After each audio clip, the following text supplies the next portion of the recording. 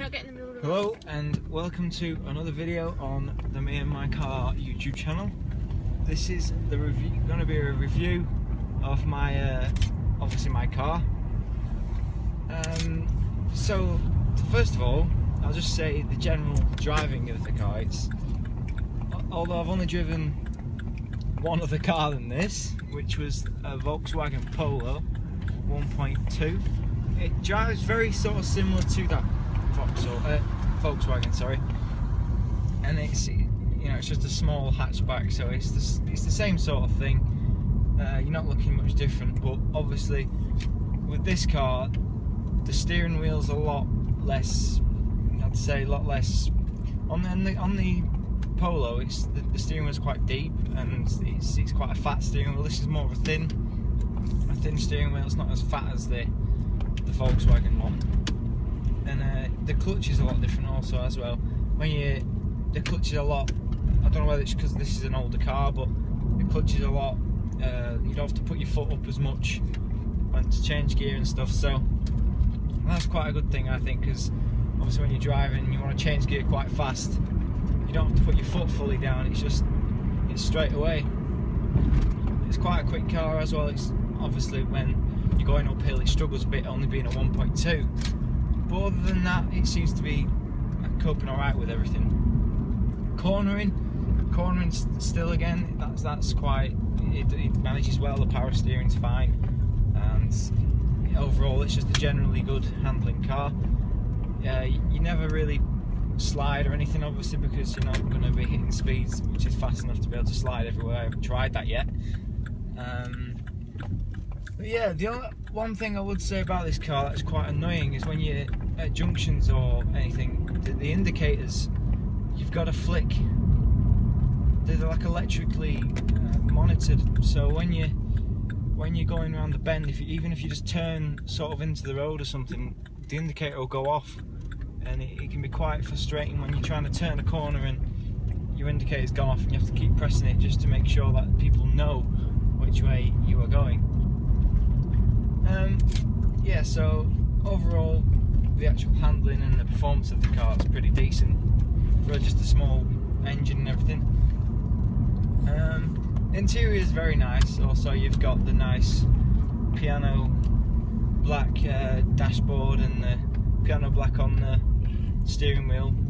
The steering wheel is the multifunctional wheel with the different sort of volume controls and radio station channels, switching things, and it's really good when driving, that you don't have to sort of fiddle with the middle bit. You can just do it on the steering wheel. It's much easier.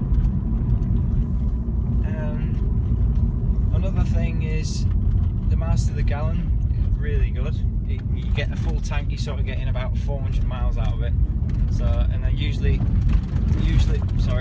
a full tank costs about £45 in Britain. Don't know about any other countries, but that gives me a full tank, and that'll last me, like, I say, a week. Maybe depends how much driving I do, obviously. But in a week I can usually get a full tank, so it's about £45 a week, which isn't too bad. What should I say? No, just keep going. I can cut it out. What else should I say? spaces on the dashboard? It's a very comfortable car as well. These seats are quite wide and they hug you. They're like a bucket styles type seats. I think they hug round your body, so that it's really comfortable to sit in, and you're not going all over the place when you're turning corners or anything. You're quite steady where you are.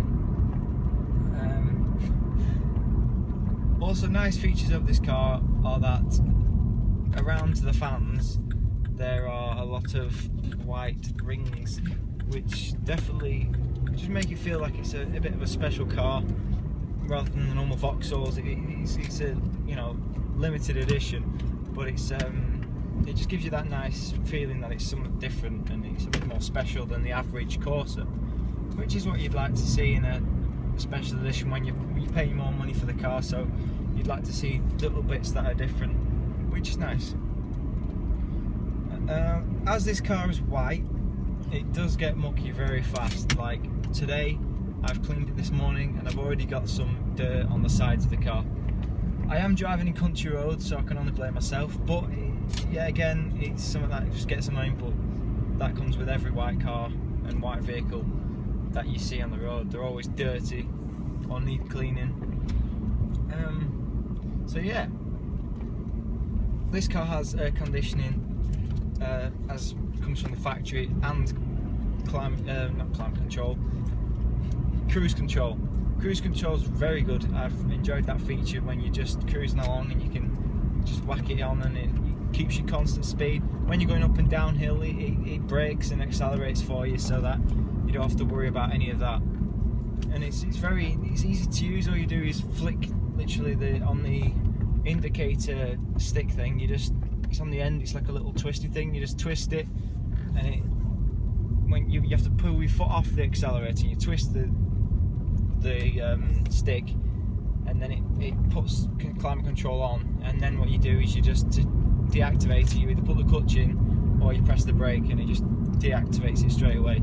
Also, when you're in climate control mode, you can press the accelerator and it will go up to the speed that you're accelerating to, and then it'll come back down to the mode it's set in at climate control. So to adjust that, you just need to hold and twist the stick, and it'll bring it back up to, climate control.